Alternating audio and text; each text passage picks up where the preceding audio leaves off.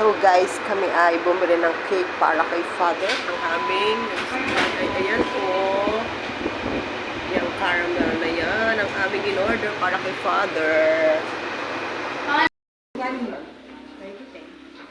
Galing kay Miles. Galing kay Cheryl. At syempre, galing sa amin ni Mia. Syempre, may puto espesyal. At ang specialty ni Mother, palabok. At ang paborito ng mga tao, ang paborito ng abordo, ang ating special okoy. May meron pa niya.